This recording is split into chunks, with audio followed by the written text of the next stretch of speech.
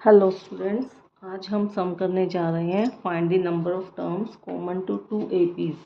Sequence and series का sum है find the number of terms common to two APs. जो APs हैं हमारी, एक तो ये है 3 7 11 एंड सोन 407 एंड सेकंड है 2 9 16 अप टू सोन 709। लास्ट टर्म इसकी फर्स्ट की है 407, सेकंड की है 709।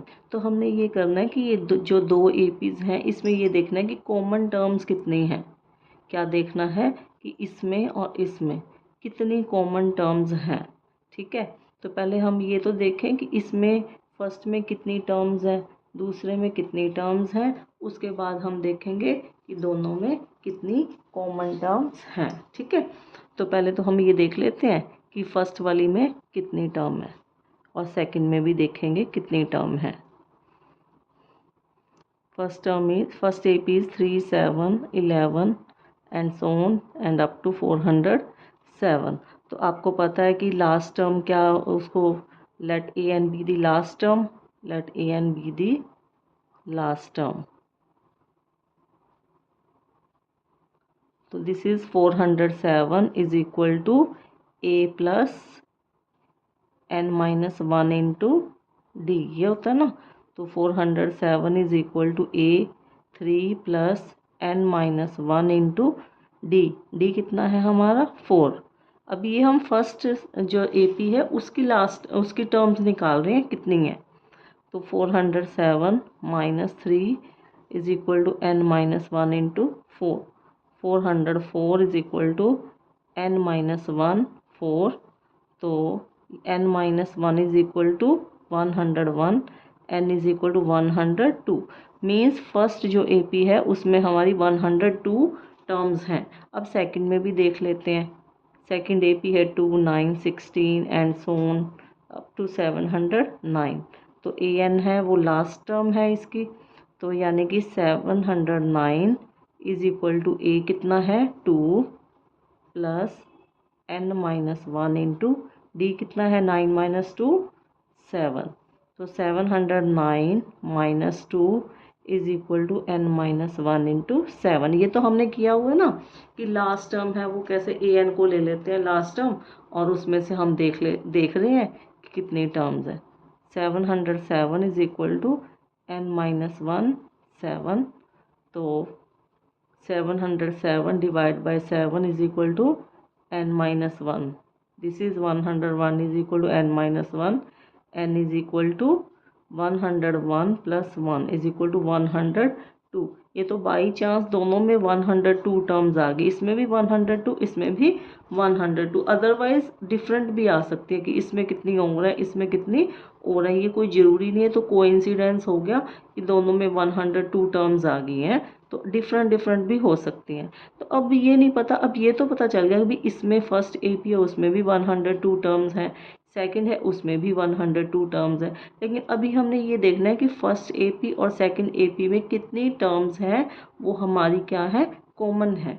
ठीक है, तो हम मान लेते हैं कि let AP be the first common term is equal to AQ। ठीक है, मान लीजिए इसकी AP जो टर्म है और इसकी AQ है वो कॉमन टर्म्स है।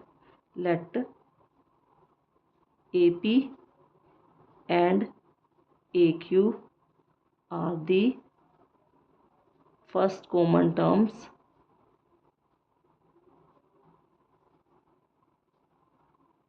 of AP first and second, AP 1 and 2।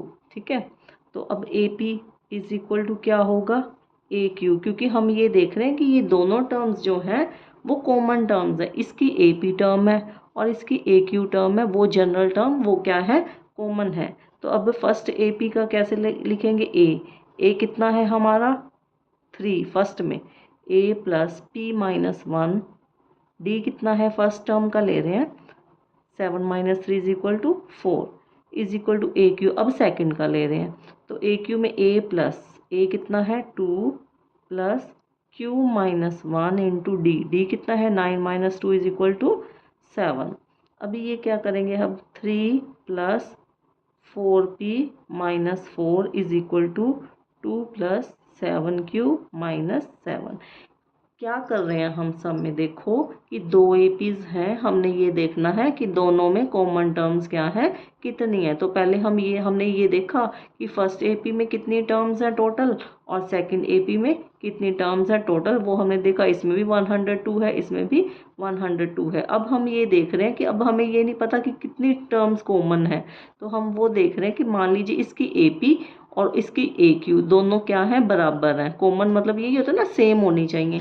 तो इसकी ए पी, फर्स्ट की A P is equal to A Q, तो हमने फॉर्मूला पुट किया A plus P minus one into D is equal to A plus Q minus one into D. अब इसका मतलब ये हो कि हमें ए पी और क्यू की वैल्यू अगर पता चल जाए तो हमें पता चल जाएगा कि कितनी टर्म्स क्या है, कॉमन है। ठीक है, तो अभी it means we have to find the value of p and q. ठीक है, तो ये किया हमने, 4p minus one is equal to 7q minus 5।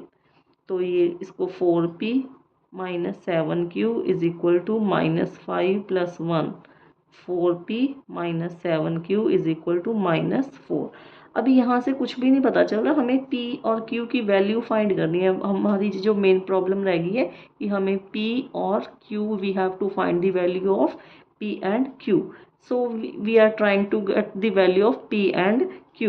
So we will write 4p plus 4, क्योंकि 4p और 4 को हम कलेक्ट कर सकते हैं, इकट्ठा कर सकते हैं, इज इक्वल टू 7q। और now it can be written as 4 into p plus 1 is equal to 7q. Why we are writing like this? Because we want to find the value of p and q.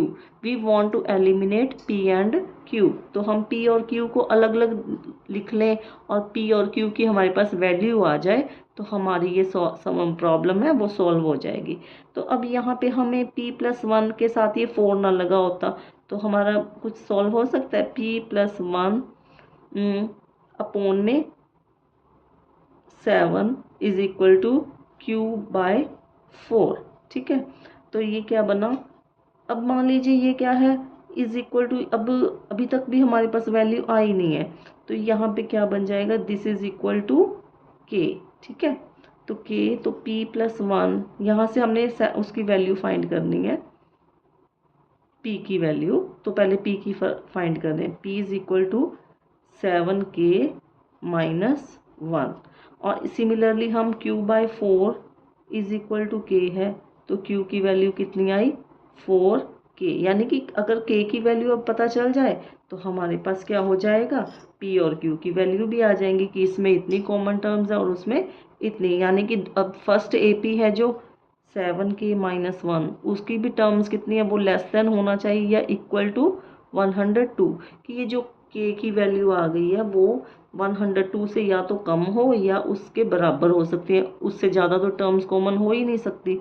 तो 7k is equal to 102 plus 1, 7k less than equal to 103 and k is equal to 103 by 7 means k less than equal to 14,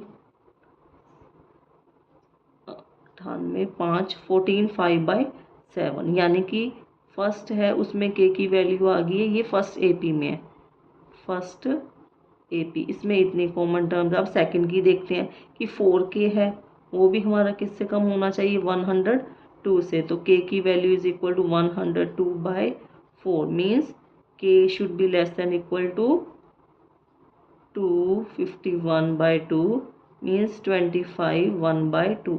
यहाँ से second AP से पता चला कि k की value जो common terms है वो 25 से कम हो या बराबर हो। यहाँ से हमें पता चला कि 14 से कम हो या बराबर हो। तो अब देखो कि दोनों में कॉमन टर्म्स, तो इसमें कहा कि 14 से कम और उसमें 25 से कम, तो हमने तो कॉमन टर्म्स लेनी है। It means k should be less than equal to 14 means common terms will be equal to 14. Common terms is equal to 14. This is our answer. Thank you.